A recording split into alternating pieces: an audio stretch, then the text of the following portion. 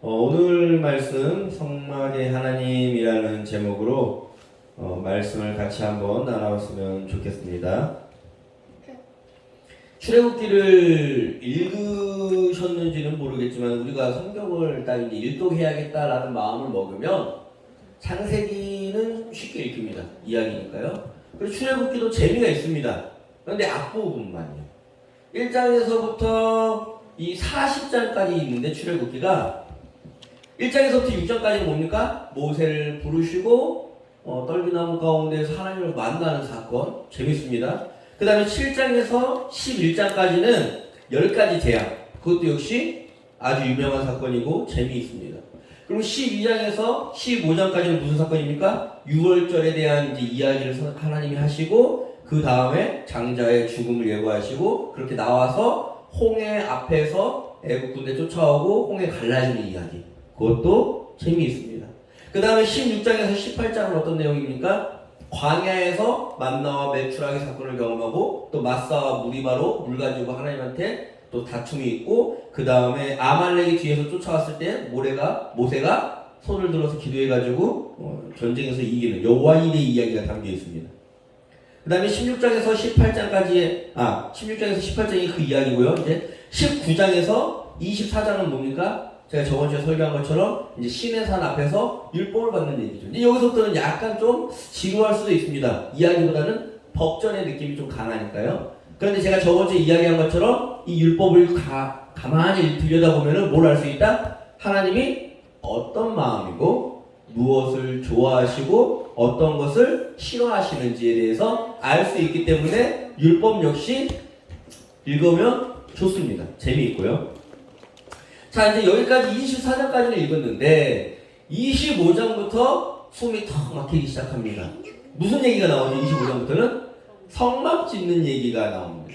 하나님이 모세한테 자, 성막은 이렇게 짓고 몇 규빗, 재료는 무슨 실, 거기에다가 무슨 가죽, 거기에다가 기둥 어떻게 세우고 이렇게 하고 그 다음에 물두덩, 거기 안에다가 뭘 지으라 그래요? 또 성막, 제단, 제사장 옷, 증거계, 진설병 상, 등잔대, 물두멍, 향기름, 각종 회막 기구 등등.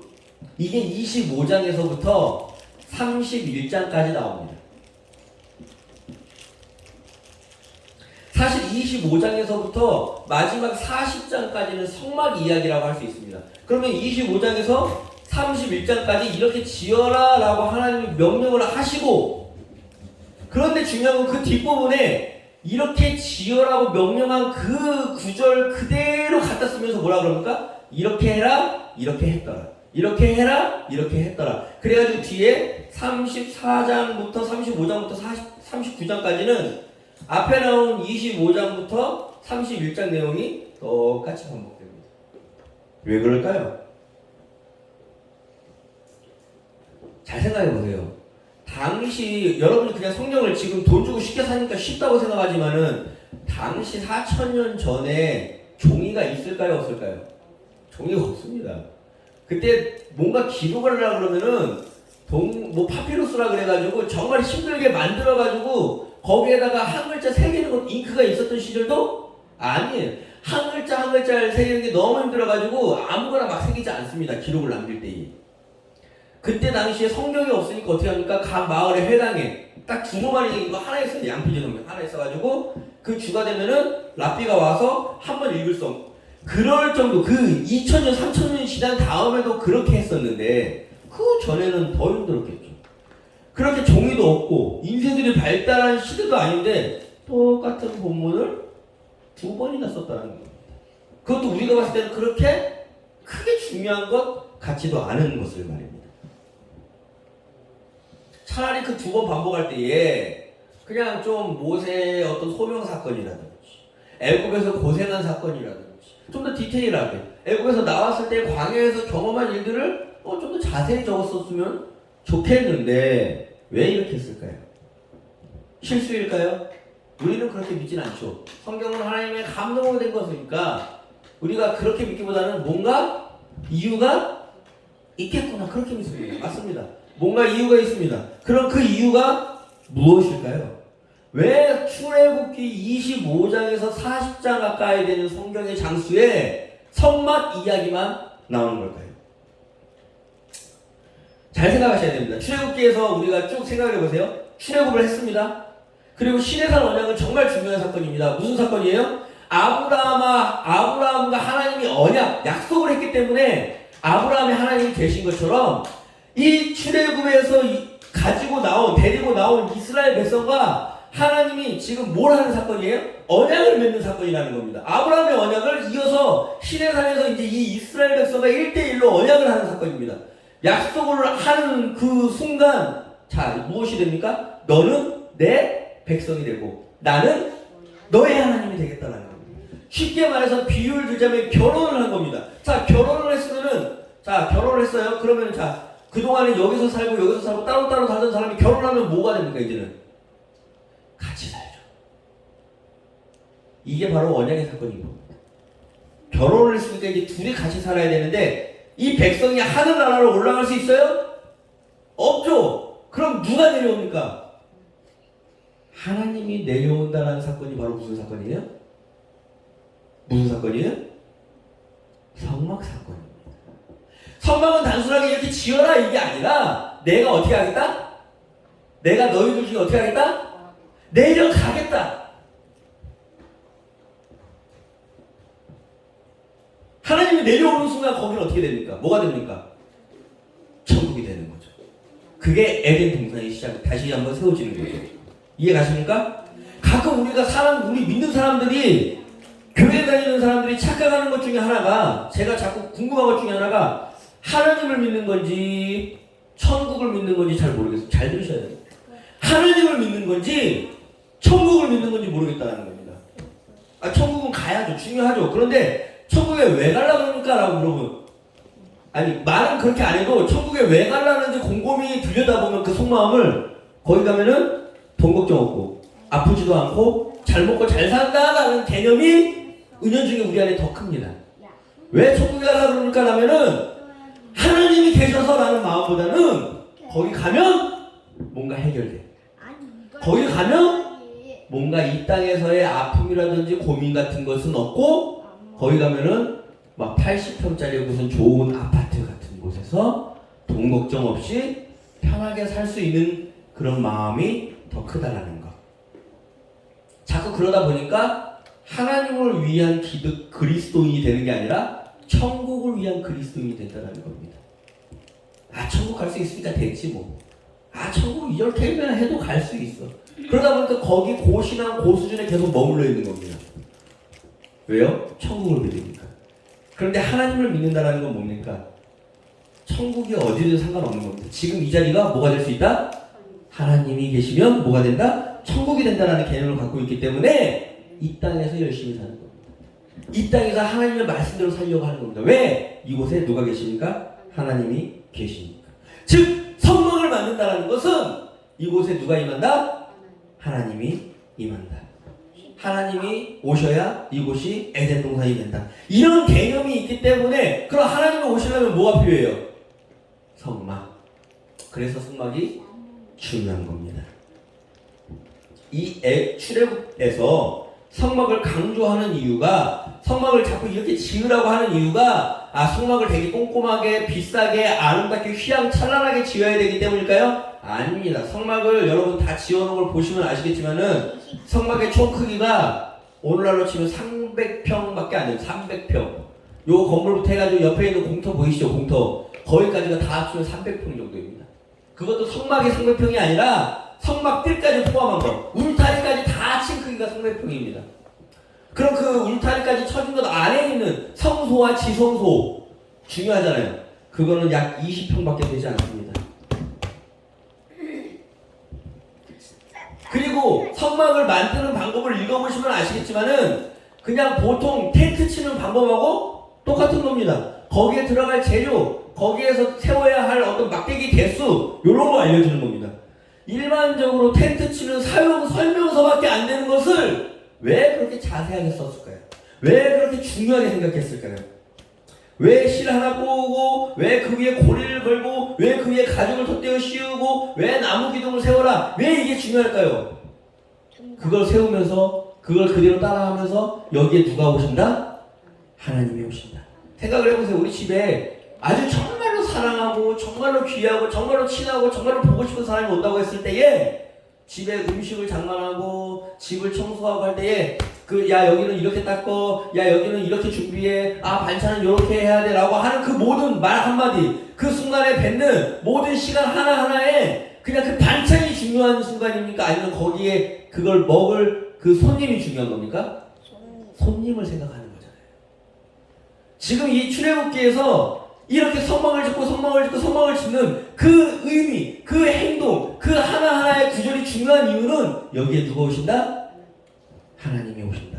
계속 볼 수 있는 겁니다. 그 성막이 중요한 것은 여기에 누가 오신다? 하나님이 오신다. 성막이 중요한 게 아니라 이 성막이 오시는 누가 중요한 거다? 하나님이 오시는 겁니다. 그래서 일상생활에서 항상 하는 일이 걔네들은 텐트 치는 일이에요. 사막에 사니까. 그런데 그 텐트 치는 거 누구나 다 아는 것을 왜 꼼꼼하게 기록합니까? 여기에 누가 오시니까? 하나님이 오시니까. 일상생활이고 별로 중요하지도 않고 그냥 누구나 다 하는 일이지만은 하나하나 되새김질하면서 여기에 누가 오신다? 하나님이 오신다. 오늘날로 치면은 일상생활 별로 중요하지도 않습니다. 내가 하는 직장생활, 내가 오늘날 대하는 그 똑같은 사람들, 내가 서비스를 제공하는 그 모든 순간, 그런데 내가 그 순간에 사랑과 희생으로 줄을 꼬아서 만들 때, 내가 그 순간에 내가 거기에서 뭔가를 세워나가고 있을 때에 누가 오신다? 여기에 하나님이 오신다라는 개념을 가지고 한다면은 그게 무슨 일입니까? 성막 만드는 일이라는 겁니다. 내가 하는 이곳에, 내가 섬기는 이곳에, 내가 살아가는 이 일상생활 속에 누가 오신다? 하나님이 오신다라는 개념을 갖고 있을 때에 이 별볼일 없는 성막 만들기 본문이 어떻게 되는 겁니까? 매우 중요한 본문이 된다라는 겁니다. 그때에 이 성막이 의미가 있고, 그때에 이곳이 천국이 되고, 그때에 이곳이 다시 하나님이 처음 만드신 에덴 동산으로 재탄생한다라는 겁니다. 성막이 이제 왜 이렇게 중요한지 아시겠습니까? 이렇게 중요한 성막이 취소될 뻔한 사건이 있습니다. 뭘까요? 이 성막이 두 번 나온다고 그랬잖아요. 성막이 25장에서 31장에 한 번 나오고 이렇게 해라 라고 했을 때 그렇게 했습니다 라고 나온 게 있는데 요 사이에 하나가 있습니다. 요걸 샌드위치라 그러는데 요 사이에 중요한 게 하나 있습니다. 이 성막을 취소할 뻔한 사건, 이게 뭡니까? 31장에 나오는 황금 송아지 사건입니다. 즉 여기서는 지금 모세가 시내산에 올라가서 하나님한테 야 성막 이렇게 만들어, 내가 이렇게 내려갈 거니까 성막 이렇게 만들어 라고 듣고 있는데 요 사실을 찾지 못하고 여기에 무슨 일이 생긴다고요? 황금 송아지 사건이 생기는 겁니다. 그때 하나님이 이렇게 말씀하시죠. 황금 송아지 사건 다음에 같이 한번 읽어볼까요? 시작. 너희를 젖과 꿀이 흐르는 땅에 이르게 하려니와 나는 너희와 함께 올라가지 아니하리니 너희는 목이 곧은 백성인즉 내가 길에서 너희를 진멸할까 염려함이라 하시니. 뭡니까? 너희들이 가나안 땅에 올라가게 해줄게. 왜? 가나안은 누구와 언약이니까요? 아브라함과의 언약이니까요. 여기까지 해줄게. 근데 함께 하겠다라는 시내산 언약은 약속을 파기한 겁니다. 왜요? 돌판을 모세가 내려올 때 황금 송아지를 향해서 뭘 던집니까? 돌판 던지잖아요. 돌판을 깨져버렸습니다. 하나님이 그 돌판에 새긴 게 뭐예요? 그냥 단순히 십계명만 새긴 게 아니라니까요? 그 십계명 안에 성막을 만들면 내가 거기에 가겠다라는 모든 이런 약속들이 있었는데 그게 깨지는 순간 하나님이 뭐라 그럽니까? 이제는 너희랑은 함께 올라가지 않겠다라고 얘기하는 겁니다. 이때 누가 등장하는 겁니까? 31장, 32장, 33장에 모세의 중보기도가 등장하는 겁니다. 모세는 알죠. 하나님이 함께 하신다는 게 어떤 의미인지. 하나님이 함께 하셔야 이 이스라엘 백성이 어떻게 살 수 있는지. 이 벌레 같은 인생, 아무 의미 없는 인생, 그냥 종으로 살았던 인생, 그냥 종으로 살아서 가나안 땅에 그 젖과 꿀이 흐르는 땅을 들어가 봤자 모세는 아는 겁니다. 그 땅이 젖과 꿀이 흐르는 게 아니라 하나님이 함께 하시기 때문에 젖과 꿀이 흐른다는 거예요. 그러니까 모세는 기도하죠. 중보합니다. 하나님 제발 함께 가달라고. 그렇게 기도하고 매달려서 모세가 어떻게 합니까? 하나님의 뒷모습을 보고 그래서 하나님의 마음을 돌이켜서 34장에 이렇게 다시 한번 하죠. 다시 한번 읽어보겠습니다. 시작. 여호와께서 모세에게 이르시되 너는 돌판 둘을 처음과 같이 다듬어 만들라. 내가 깨트린 처음 판에 있었던 말을 내가 그 판에 쓰리니. 취소됐던 계약이 다시 재계약이 성사된 겁니다. 하나님이 안 가겠다라고 했던 그 사건이 이제는 다시 가겠다라고 겨우 돌려놓은 겁니다. 무슨 사건을요? 성막 사건을요. 황금 송아지 때문에 취소될 뻔한 그 하나님의 약속이 황금 송아지 겨우 재계약을 통해서 이행될 것이다 라고 지금 이 성막 사건이 취소될 뻔한 이 성막 사건이 그대로 시작될 것이다. 무엇 때문에 취소될 뻔했어요? 불순종 때문에. 그러니까 이 불순종 때문에 취소될 뻔한 거를 이제는 어떻게 합니까? 얘들이 두 번이나 쓰면서 내가 이대로 어떻게 합니까? 순종합니다. 내가 하나님이 말씀하신 대로 순종합니다. 즉 두 번 쓴 이유는 25장부터 40장까지 불필요해 보지만 두 번 쓴 이유는 이 취소될 뻔한 어마어마하고 정말로 중요한 이 성막 사건, 하나님이 오신다라는 이 임마누엘의 사건을 나는 순종으로 그대로 했습니다. 그러니까 어떻게 하십시오? 이 땅 가운데, 우리 가운데 오십시오.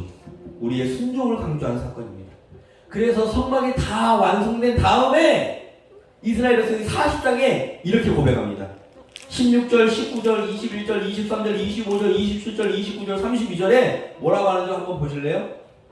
같이 한번 읽어봅니다. 시작. 16절 모세가 곧 여호와께서 자기에게 명하신 대로 다 행하였더라. 19절에 성막을 하고 나서 여호와께서 모세에게 명하신 대로 되니라. 21절에 여호와께서 모세에게 명하신 대로 되니라. 23절은 여호와께서 모세에게 명하신 대로 되니라. 25절 여호와께서 모세에게 명하신 대로 되니라. 27절 여호와께서 모세에게 명하신 대로 되니라. 지금 계속 쓰면서 뭐라고 얘기하는 겁니까? 이 명령을 똑같이 쓴 이유, 이 명령 그대로 한 글자도 빠짐없이 내가 그대로 했습니다. 명하신 그대로 했습니다. 명하신 그대로 했습니다. 명하신 그대로 했습니다. 그러니까 어떻게 하십시오? 이 성막에 임하여 주십시오. 이스라엘 백성이 제사장 나라가 될 수 있는 이유, 이스라엘 백성이 이 땅 가운데 우뚝 설 수 있는 이유, 이스라엘 백성이기 때문이 아니라 누가 함께 하시니까? 하나님이 함께 하시니까요.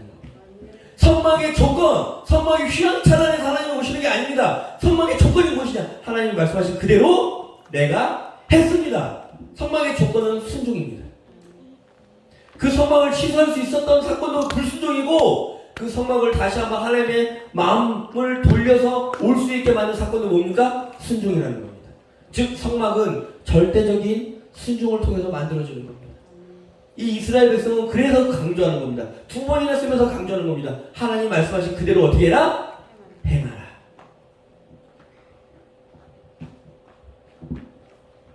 우리는 이 성막이 어떻게 만들어진지 이제 알았습니다.